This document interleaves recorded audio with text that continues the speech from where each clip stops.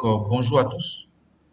Nous continuons notre formation sur la mise en place d'un système de collecte et d'analyse de données d'une force de vente mobile que nous avons présenté tout à l'heure. On a dit que c'est une formation qui est axée sur 8 vidéos. Là, c'est la première vidéo. Dans cette vidéo, nous allons définir les informations à collecter et puis voir comment euh, transférer ces questions-là dans l'outil Box que nous allons utiliser pour faire la collecte. Donc, dans cette première phase, normalement, dans une entreprise, en fonction de l'objectif qu'on vise, on définit quelles sont les informations qu'on va collecter. Par exemple, si vous voulez savoir le chiffre d'affaires réalisé par un vendeur, il faut que les informations qu'il collecte en vendant puissent vous permettre de le faire. Si vous voulez avoir le nombre de contacts clients que le vendeur a réalisé, bien le nombre de visites de points de vente, il faut qu'à chaque fois qu'il visite un point de vente, il puisse transmettre quelque chose, qu'il vende ou qu'il ne vende pas. Donc, en fonction de l'objectif, bien sûr, on va définir les différentes informations à collecter. Donc, l'objectif de ce cours n'est pas d'expliquer comment définir ces informations. On suppose qu'on a déjà ces informations.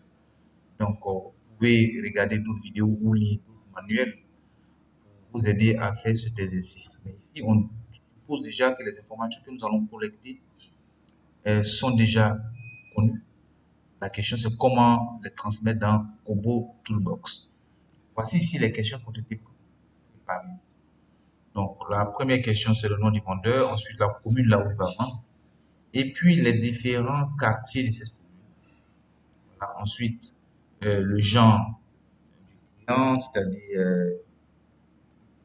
homme ou femme. Et puis, le client a-t-il effectué un achat? C'est oui ou non. C'est ce qu'on va essayer de mettre dans notre euh, application Kobo. Voilà. Donc, pour pouvoir le faire, on va aller dans Kobo Toolbox. Je vais déjà ouvrir le navigateur. J'ai écrit Kobo, voilà, kobotoolbox.org. Je valide. Normalement, pour la première fois, vous tombez sur cette page. Voilà. Et là, vous n'avez pas un compte, vous allez créer un compte. Voilà, vous créez un compte, voilà. Là, vous pouvez prendre celui-là, créer un compte et vous allez suivre les étapes, c'est pas compliqué. Nous allons aller directement parce que moi, j'ai déjà créé un compte, donc je vais faire sign up. Je clique sur sign up. Normalement, je suis redirigé, voilà, ici. Et ici, il fait sign in. Okay. Voilà, je mets mes accès, mon pseudonyme et mon mot de passe et je fais connexion. Normalement, ça m'envoie sur mon espace. Voilà. Donc, là, j'ai plusieurs projets qui sont déjà là. Là, je vais créer un nouveau projet. Je vais créer un nouveau projet. Voilà, que je vais construire à partir de zéro. Nous sommes vraiment dans l'étape d'introduction. Nous n'allons pas détailler tous ces différents onglets. Dans les vidéos à venir, on va essayer de voir d'autres détails. Donc, je vais construire à partir de zéro. Voilà, j'ai cette fenêtre. Je viens. Voilà. Dans le projet, je mets vente description. Bon, je n'ai pas de description, je n'écris rien. Secteur, je prends secteur public, secteur privé. Bon, prenez ce que vous voulez, hein. Secteur privé, voilà, je peux prendre secteur privé, voilà. Je peux prendre autre. Et le pays, on va choisir la Côte d'Ivoire, voilà. On fait créer le projet. Voilà, le projet est créé. Et à partir de là, nous allons commencer à faire entrer nos questions. On va cliquer sur plus là, on fait la première question. On va aller pour copier. C'est le nom du vendeur. Je vais copier pour qu'au fur et à mesure ça disparaisse. J'enlève ça. Quand il fait ajouter. Et il me dit quel est le type de ma question. C'est quoi? Soit unique, décimal, voilà. Je dis non, c'est du test. Puisqu'il faut écrire, voilà, je peux prendre du test. Ou bien s'il y a la liste des vendeurs, voilà. On va aller sur le principe, pour ne pas qu'il y ait d'erreur, que je mette la liste des vendeurs. Donc, je fais ça. Plus un vendeur, je vais l'appeler. Et je fais entrer. Ensuite, j'imprime entrée. Là, je clique Roland, entrée, Charles. Voilà, je vais me limiter à 4 vendeurs. Voilà. Et voilà, c'est bon. Quand j'ai fini, voilà, je clique sur plus hein, pour ajouter une autre question. Je vais prendre ça, commune, commune. Je fais ajouter la question, sélectionner un. Je vais prendre les différents éléments. Donc, à Bobo,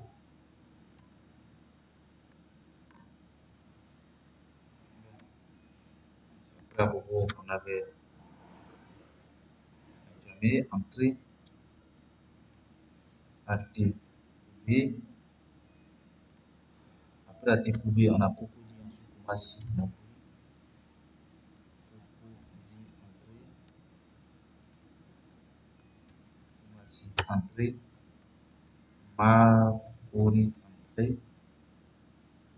Après Makori, on a Plateau Port,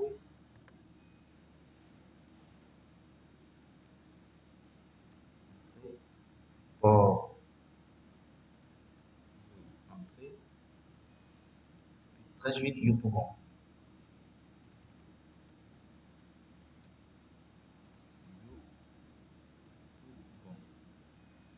On a fini avec cette question. On continue. On fait plus. Ça, c'est bon. Je supprime pour que ça disparaisse. Ensuite, il y a le genre du client. Genre du client. Je fais entrer. Bon, ça, pour information, je peux fermer. Hein, je peux fermer. Je mets homme, femme. Je fais plus. Ça, je peux fermer. J'ai fini. Ensuite, le client a-t-il fait un achat? Voilà. Le client a-t-il fait un achat? Ajouter ça. Je mets oui. Et là, non. Ensuite, quantité vendue. Quantité vendue.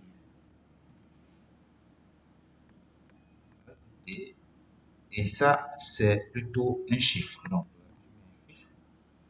ensuite, on a dans le produit vendu d'abord, ensuite la quantité vendue. Donc, vous voyez que c'était pas après que je devrais ajouter ça. Donc, je vais me mettre, je vais mettre ça, je mets là et j'ajoute ici. Voilà. Je fais produit vendu et quantité vendue. Le produit vendu, on va aussi décider de mettre, bon, on met deux produits, pour soft, puis et, et clean, Popo clean, c'est mieux Popo clean. Voilà, voilà, c'est des produits que je viens de créer. Donc voilà, on a notre questionnaire. Voilà, c'est bon. Voilà, donc on peut déjà tester et voir comment il va se présenter lorsqu'on va le mettre sur notre téléphone. On va cliquer sur l'œil. Voilà, voilà, voilà comment il va se présenter. Donc, il va choisir son nom. Ensuite, il va choisir la commune. Ensuite, il va choisir le site du, du client. Ensuite, est-ce que le client a acheté oui ou non? Et puis, le produit acheté et la quantité, simplement. Vous voyez que là, si on met non, normalement, ces deux questions ne doivent pas apparaître. Ces deux questions apparaissent donc seulement si le client a effectué un achat. Donc, c'est ce qu'on va essayer d'améliorer. Donc, on va mettre un contrôle. Dit cette question et cette question, il faut les afficher seulement lorsque celui-là est égal à oui. C'est ce qu'on va faire. Donc, la question que je veux faire apparaître, je me mets sur cette question. Je clique sur la roue dentée. Voilà. Et je viens critères de passage. Et puis, critères de passage, je vais ajouter des conditions. Je sélectionne le client a-t-il effectué un achat égal à oui. Si c'était non, j'ai changé ici. Si c'était bon. Et je peux sauvegarder, je sauvegarde. Là, il me dit mise à jour ici. Ensuite, je prends le dernier, je fais pareil, critère de passage, ajouter une condition et le client a-t-il effectué un achat égal à oui. C'est bon. Je sauvegarde. Voilà. On peut dire que ces questions doivent être obligatoires. Hein. Je viens sur la roue édentée, réponse obligatoire, oui. Voilà. Je descends. La même chose comme commune, obligatoire, oui. Ensuite, le genre, aussi obligatoire, oui. Voilà. Ce sont des questions qu'on peut rendre obligatoires et sans poser de problème. Ça veut dire que tant qu'il ne répond pas, on ne peut pas avancer. Il y a des questions que vous pouvez laisser non obligatoires en fonction de la nature de la question. Hein. Par exemple, une question où vous demandez à une personne de déclarer son revenu, c'est pas évident. Cette question, vous la mettez non obligatoire. Voilà. Donc voilà, voici mon questionnaire. Là, j'essaie de bien le positionner. Voilà. Voilà, voici. Maintenant, je vais visualiser. Je clique sur le, voilà. Je choisis les vendeurs, je choisis la commune. Ensuite, je choisis le genre. Vous voyez que ces questions ne sont pas encore là. Si je mets non, le questionnaire est fini, je valide et c'est bon. Et ça sera de monter sur le serveur comme une visite sans achat. Mais quand je clique sur oui, vous voyez que les deux questions apparaissent. Je dis c'est ce produit qu'il a acheté, la quantité c'est 2. Là, je peux valider. Voilà. Donc, c'est bon, c'est simplement comme ça qu'on fait un questionnaire sur Kobo, c'est pas compliqué. L'étape qui va suivre, c'est comment maintenant l'envoyer sur le smartphone pour que le vendeur puisse collecter les informations. Mais il y a aussi des questions qui sont un peu plus compliquées. Par exemple, si on voulait calculer le chiffre d'affaires réalisé en même temps, ça, on va le voir dans la prochaine vidéo. En tout cas, merci d'avoir suivi et à tout à l'heure.